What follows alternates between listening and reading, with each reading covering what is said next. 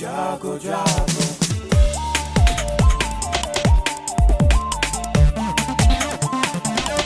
Radio जागो जागो radio जागो 90.4 FM।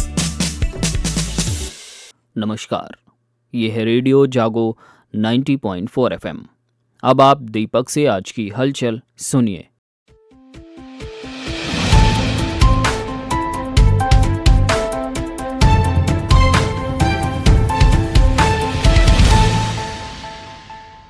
बंगाल की खाड़ी में उठा भीषण चक्रवाती तूफान मिचोंग मंगलवार दोपहर 100 किलोमीटर की रफ्तार से आंध्र प्रदेश में नेल्लोर और कवाली के बीच बापटला के पास तट से टकराया। इसके प्रभाव से आंध्र प्रदेश के तटीय इलाकों के अलावा चेन्नई में भी भारी बारिश हुई। चेन्नई के निचले इलाके पानी में डूब गए। दोनों राज्यों में 70 से अधिक उड़ानें और करीब 200 ट्रेनों का संचालन रद्द करना पड़ा है। तटीय इलाकों से 10,000 से अधिक लोगों को सुरक्षित निकाला गया है। ओडिशा के तटीय इलाकों में भी भारी बारिश हो रही है। सेना की स्नो लेपर्ड ब्रिगेड की कैप्टन गीतिका कौल ने दुनिया के सबसे ऊंचे युद्ध क्षेत्र सियाचिन में तैनात होने वाली पहली महिला चिकित्सा अधिकारी बनकर इतिहास रच दिया है। यह महत्वपूर्ण उपलब्धि गीतिका ने सियाचिन बैटल स्कूल में कठोर प्रेरण प्रेक्षण सफलतापूर्वक पूरा करने के बाद हासिल की है। मुख्यमंत्री योगी आदित्यनाथ ने मंगलवार को मेडिकल कॉलेजों के प्रिंसिपल और सभी डॉक्टरों को नसीहत दी है कि वो खुद भी मरीजों को ओपीडी में देखें। जूनियर डॉक्टरों के भरोसे मरीजों को छोड़ने वाले इन वरिष्ठों को मरीजों के साथ अच्छा व्यवहार करने के भी सख्त निर्देश दिए हैं।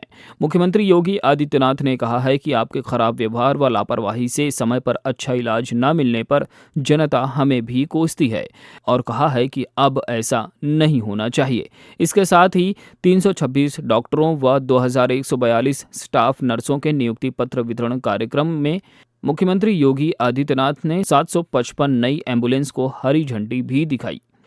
प्रदेश के अधिकांश निजी मोटर ड्राइविंग ट्रेनिंग स्कूलों की मान्यता खत्म हो गई है। 580 ड्राइविंग स्कूल संचालकों ने 6 महीने में हर वाहन के लिए प्रशिक्षक नियुक्त करने व सभी को सिमुलेटर से प्रशिक्षण देने जैसी शर्तों को पूरा नहीं किया है। अब सिर्फ 55 निजी मोटर ड्राइविंग स्कूल ही लोगों को वाहन चलाने का प्रशिक्षण दे सकते हैं, क्योंकि इन्होंने सारी शर्तें पूरी की हैं। परिवहन विभाग के प्रमुख सचिव एल वेंकटेश्वर लू द्वारा 27 अप्रैल में जारी आदेश में कहा गया कि ट्रेनिंग स्कूल हल्के, मध्यम, भारी वाहन के अनुसार पार्किंग की व्यवस्था भी करेगा, जो स्कूल परिसर में या स्कूल से अधिकतम 2 किलोमीटर की दूरी पर होगी। पार्किंग किसी सार्वजनिक स्थान पर नहीं होगी। मानक संचालन प्रक्रिया के तहत 6 माह में सारे इंतजाम पूरा करने वालों की ही मान्यता रहेगी।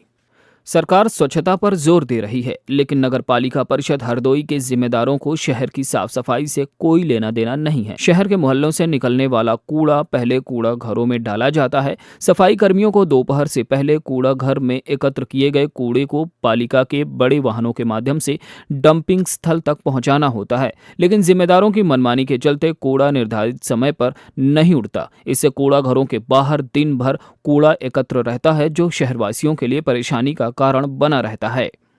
उत्तर प्रदेश में सुशासन का असर हर तरफ दिखाई दे रहा है। राष्ट्रीय अपराध रिकॉर्ड ब्यूरो एनसीआरबी की ताज़ा रिपोर्ट के अनुसार देश भर में महिलाओं के प्रति अपराध करने वालों को सलाखों के पीछे पहुंचाने में उत्तर प्रदेश का पहला स्थान है। देश भर में अपराधों को लेकर वर्ष 2022 की एनसीआरबी रिपोर्ट के अनुसार बच्चों के प्रति अपराध के मामले में उत्तर प्रदेश में काफ़ी गिरावट आई है। इस मामले में उत्तर प्रदेश 29वें स्थान पर है। प्रदेश को दंगा मुक्त बनाने के लिए सरकार की तरफ से किए जा रहे प्रयास भी रंग ला रहे हैं। एनसीआरबी की रिपोर्ट के अनुसार बीते वर्ष देश में दंगे के मामले 57,082 दर्ज हुए, जबकि उत्तर प्रदेश में 4,745 मुकदमे दर्ज हुए, जो राष्ट्रीय औसत के मुकाबले 2% हैं। दंगों के मामले में उत्तर प्रदेश देश भर में 24वें स्थान पर है। उत्तर प्रदेश कौशल विकास मिशन अब खुद नया कोर्स शुरू कर सकेगा। मूल्यांकन के लिए विद्यार्थियों की खुद की परीक्षा ले सकेगा और सर्टिफिकेट व डिग्री भी दे सकेगा। यह प्रदेश की पहली संस्था है जिसे राष्ट्रीय व्यावसायिक शिक्षा एवं प्रशिक्षण परिषद NCVET नई दिल्ली ने ये अधिकार दिया है। अभी तक इसके लिए उन्हें NCVET की अनुमति लेनी पड़ती थी। यही नहीं, इसके द्वारा शुरू किए जाने वाले पाठ्यक्रमों की मान्यता अब पूरे देश में होगी। विद्यार्थियों को अधिक से अधिक नए कोर्सेज की पढ़ाई करने का भी विकल्प मिलेगा। स्वास्थ्य सुविधाओं को सेहतमंद बनाने के लिए 4,892 करोड़ रुपए खर्च किए जा रहे हैं। प्रधानमंत्री Ayushman Bharat health infrastructure mission के तहत कई महत्वपूर्ण कार्य कराए जा रहे हैं। वर्ष 2025-26 तक गंभीर रोगियों को उनके जिले में ही बेहतर उपचार की सुविधा दिलाई जाएगी। 100 और 50 बेड के 74 क्रिटिकल केयर हॉस्पिटल ब्लॉक बनाए जा रहे हैं। उप मुख्यमंत्री ब्रजेश पाठक का कहना है कि स्वास्थ्य सुविधाओं में लगातार बढ़ोतरी की जा रही है। उन्होंने चिकित्सा एवं स्वास्थ्य विभाग के अधिकारियों को सख्त निर्देश दिए हैं कि वो निर्माण कार्यों की हर हफ्ते समीक्षा करें और रिपोर्ट दें। 22 मेडिकल कॉलेजों व 22 ही जिला अस्पतालों में 50-50 बेड के क्रिटिकल केयर हॉस्पिटल ब्लॉक बनवाए जा रहे हैं।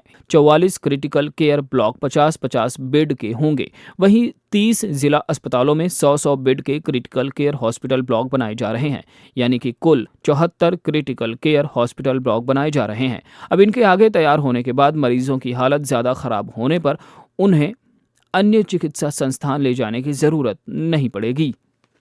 छात्राओं की स्वास्थ्य सुरक्षा के लिए 35 राजकीय माध्यमिक विद्यालयों में सैनिटरी पैड वेंडिंग और इंसिनेरेटर मशीन लगवाई जाएगी। समग्र शिक्षा के तहत छात्राओं को विद्यालय में ही निःशुल्क सैनिटरी पैड प्राप्त हुआ करेंगे। मशीनों की खरीदारी के लिए सीडीओ की अध्यक्षता में 8 सदस्यीय समिति का गठन किया गया है। विकसित भारत संकल्प यात्रा का मंगलवार को कन्हारी और खनरिया लोगों ने स्वागत किया। राजपुर लभेड़ा स्कूल की बालिकाओं ने सरस्वती वंदना प्रस्तुत की। कन्हारी में प्रदेश गन्ना संघ के निदेशक धीरेन्द्र प्रताप सिंह सेनानी और कन्हरिया में नोडल अधिकारी ऋषिकांत शामिल रहे। भारत सरकार के U-DICE प्लस पोर्टल पर इस बार विद्यार्थियों का स्वास्थ्य विवरण भी दर्ज किया जाएगा। इसमें ब्लड ग्रुप, लंबाई व वजन दर्ज होगा। अभिभावक बच्चों का स्वास्थ्य विवरण जुटाने के लिए अस्पताल के चक्कर काट रहे हैं। पोर्टल पर प्रतिवर्ष कक्षा 1 से 12 तक विद्यार्थियों का विवरण दर्ज किया जाता है। जिले में 5,854 विद्यालय पंजीकृत हैं। इनमें बेसिक, एडेड माध्यमिक, वित्तविहीन स्कूल शामिल हैं। इन सभी का डेटा पोर्टल पर अपलोड होना है। अभी तक बच्चे का नाम, पता, माता पिता का नाम, आधार कार्ड नंबर आदि दर्ज किया जाता था, लेकिन इस बार नई व्यवस्था लागू की गई है। इस वर्ष शासन के निर्देश पर विवरण में विद्यार्थियों का ब्लड ग्रुप, लंबाई और वजन भी दर्ज होगा। विद्यार्थियों का स्वास्थ्य विवरण दर्ज कराने के लिए स्कूलों से जानकारी मांगी जा रही है। बेरोजगारों को नए साल में रोजगार की सौगात मिलने वाली है। बड़े उद्यमी अपने उद्योगों की शुरुआत करके सैकड़ों बेरोजगारों को रोजगार मुहैया कराएंगे। कोई दूध डेयरी की बड़ी इकाई तो कोई प्लाईवुड फैक्ट्री लगाकर तरक्की की इबारत लिखेगा। फरवरी में आयोजित इन्वेस्टर समिट के माध्यम से उद्योगपतियों ने जिले में अलग अलग स्थानों पर उद्योग लगवाने के लिए हामी भरी थी। इसमें फरवरी से नवंबर तक कुल 100 उद्यमियों ने अपने अपने प्रोजेक्ट से संबंधित सभी जिम्मेदारियां फाइनल कर ली हैं। शासन की ओर से भूमि पूजन कार्यक्रम होने के बाद उद्यमी अपना काम शुरू कर देंगे। बड़ी इकाइयां लगने से बेरोजगारी दूर होने के साथ साथ उद्यमियों को व्यापार बढ़ाने में भी मदद मिलेगी। हरदोई जिले में इस बार तमाम प्रयासों के बावजूद धान की खरीद रफ्तार नहीं पकड़ पा रही है। भाव में ज्यादा अंतर न होने के कारण किसान आढ़त पर धान बेच रहे हैं। बीते दिनों बारिश के चलते विलंब से कटाई वाले खेतों में कटाई भी प्रभावित हुआ है। 2 माह में लक्ष्य के सापेक्ष करीब 31% खरीद हो पाई है। इस बार जिले भर में 145 क्रय केंद्र बने हैं। लक्ष्य 2,45,000 मीट्रिक टन धान खरीद का है। इनमें से ग्रामीण इलाकों में स्थित विभिन्न एजेंसियों के माध्यम से दर्जन भर से ज्यादा केंद्र पर उठान न होने के कारण मामूली बारिश में खुले में रखा धान भीगा है। करीब 2 महीने का समय बीत चुका है, लेकिन अभी तक मात्र 80,000 मीट्रिक टन धान की ही खरीद हो पाई है। स्वशासी राज्य चिकित्सा महाविद्यालय को 141 नर्स स्टाफ मिल गया है। 43 नर्स स्टाफ ने ज्वाइनिंग कर ली है। इससे मेडिकल कॉलेज में मरीजों की देखभाल और बेहतर तरीके से की जा सकेगी। मेडिकल कॉलेज के प्राचार्य डॉक्टर आर्यदेश दीपक ने बताया है कि अभी तक जिन स्टाफ नर्स ने ज्वाइनिंग नहीं की है, उनके पते पर पत्र भेज दिया जाएगा। बार एसोसिएशन की नई कैबिनेट के गठन को लेकर चुनावी बिगुल बज गया है। इसके चलते चुनावी कार्यक्रमों की घोषणा कर दी गई है। विभिन्न पदों के प्रत्याशी 15 दिसंबर को अपने नामांकन पत्र भरेंगे। 21 दिसंबर को मतदान होगा और 22 को मतगणना की जाएगी, जो अंतिम नतीजे आने तक चलेगी। 7 दिसंबर तक सदस्यता शुल्क जमा किया जा सकेगा। 11 दिसंबर को मतदाता की सूची का प्रकाशन होगा। 12 दिसंबर को मतदाता सूची पर आपत्तियां मांगी जाएंगी। 14 दिसंबर को अंतिम मतदाता सूची का प्रकाशन किया जाएगा। 15 दिसंबर को सुबह 10:30 से 3 बजे के मध्य विभिन्न पदों के प्रत्याशी अपने नामांकन पत्र एल्डर कमेटी के सामने भरेंगे। 16 दिसंबर को सुबह 10:30 बजे से 1:30 तक नामांकन प्रपत्रों की जांच की जाएगी, जबकि इसी दिन 2 बजे से 3:30 तक नाम वापसी भी हो सकेगी। 21 दिसंबर को सुबह 8 बजे से शाम 5 बजे तक मतदान चलेगा। 22 दिसंबर को सुबह 8 बजे से मतगणना शुरू होगी। चुनावी बिगुल बजते ही कचहरी में चुनावी सरगर्मी काफी तेज हो गई है।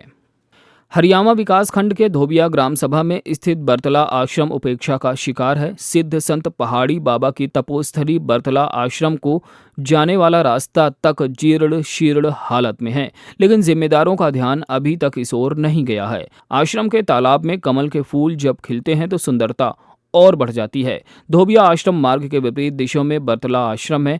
पिहानी बरगामा मार्ग करीब 1 किलोमीटर दूर इस आश्रम को लेकर आसपास के लोगों में काफी श्रद्धा है।